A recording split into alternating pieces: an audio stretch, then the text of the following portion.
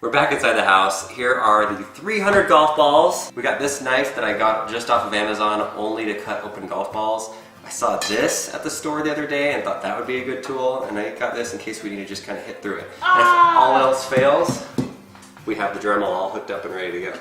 The first ball that we're going to do is the Bridgestone Tour B330S. Is made for golfers that have swing speeds of greater than 105 miles per hour. If your swing speed isn't fast enough, there's really not a good point in using it. We're just gonna take it and see if I can hack it with this. Okay, I'm backing up. Okay, here we go. Oh! Grab that piece, look at this one.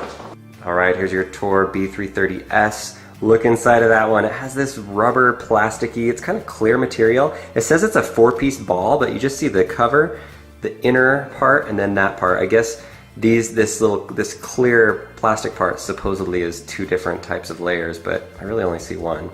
Not bad, first try. Next one, Pro V1. These balls are $62 for a dozen of them. That's $5.16 for each ball. I mean, this is a $5 golf ball. You hit this in the pond, there's $5. That makes your round pretty expensive. So if you're gonna be using this ball, you better not just use it just because it's called Pro V1 and it's Titleist. You better be using it because your swing speed is fast enough, you're good at spinning the ball and working it around the greens. Otherwise, it's just a big waste of money. Let's use this one for this ball. Okay, let's use this one. Almost. Yeah. Oh yeah! All right. Whoa! Look at that. The Pro V1 that we cut open a couple of years ago is pink, and this one is greenish blue. And it looks like there's 3 layers inside of this one. The outer layer, and then there's a black layer, and then a blue one. Yeah, that's cool. Now it's time for the Pro V1X. I've found that I hit this ball really far and I can still work it around the green, so this is my favorite ball. Yeah. Okay, Pro V1X. Nicked it. Nicked it. Look at that ball, Pro V1X, and bam! Lincoln says it looks like a target. It does, kind of. 4-layer. It's supposed to be, the outer layers are supposed to be harder so that when you hit it, it goes further. And then the inner layer is softer so that when you're hitting it around the greens with your irons, it should make it spin more. All right, next up is the Nike Resin Tour Black. This golf ball is the ball that Rory McIlroy uses this year. It's new, it just came out a couple weeks ago. He likes it because he says that it gives him a few extra yards off the tee, but then he's also able to use it around the green really well and have some spin to it. Or he just likes it because Nike pays him $200 million. Yeah. Ow! All right, I'm gonna hit this one again. Dad, look at this. This looks really cool. It looks like an eye. It's like, does that look like my eye? Here. So it took a few swings, but I finally got around to it. And check out the inside. This is a 4-layer golf ball. You have the green, the gray, the blue. That is really cool. And then the outer cover, of course. One thing that's unique to this golf ball is that they have 344 dimples on it. But if you look closely, it might be hard to see, but they have micro dimples. 13,558 micro dimples.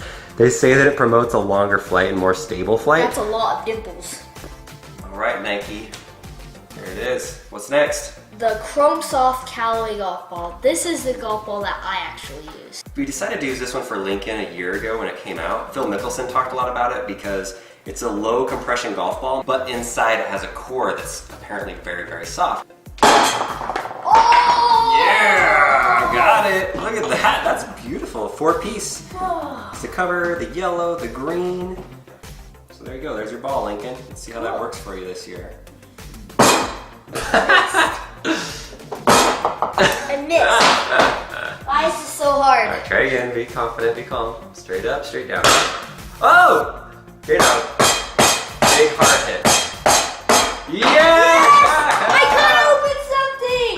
There's your Project A golf ball. That I cut open. Woohoo! This is from the 90s. We got this at the golf store when we were telling the guy what we were doing.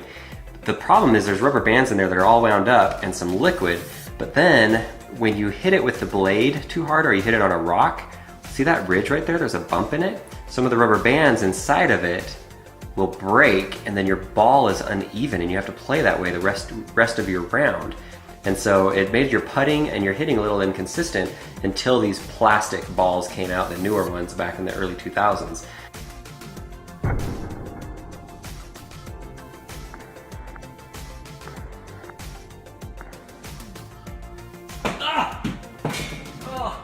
Squirt a bunch of stuff everywhere. Well, the liquid's out of it, so let's give it another smack. Oh! Oh my gosh. Listen to it crackling. That is hilarious. A lot of people have said in the comments that this is really dangerous material inside of it, but really, it's not true. It's just kind of folklore. This ball uses salt water and corn syrup blend. That's what's inside of it. That's what the liquid was that came shooting out of it. And then it's just the rubber bands. So it's interesting how it all, once we cut into it, it all just started collapsing on itself because of all the rubber bands contracting inside. It's a mini rubber band ball.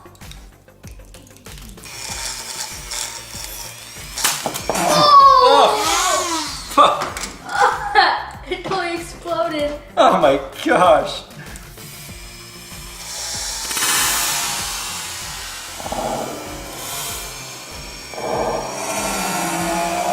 Here we go from the Balata old school to the TaylorMade golf ball to the Callaway Chrome Soft to the Nike to the, what is that one?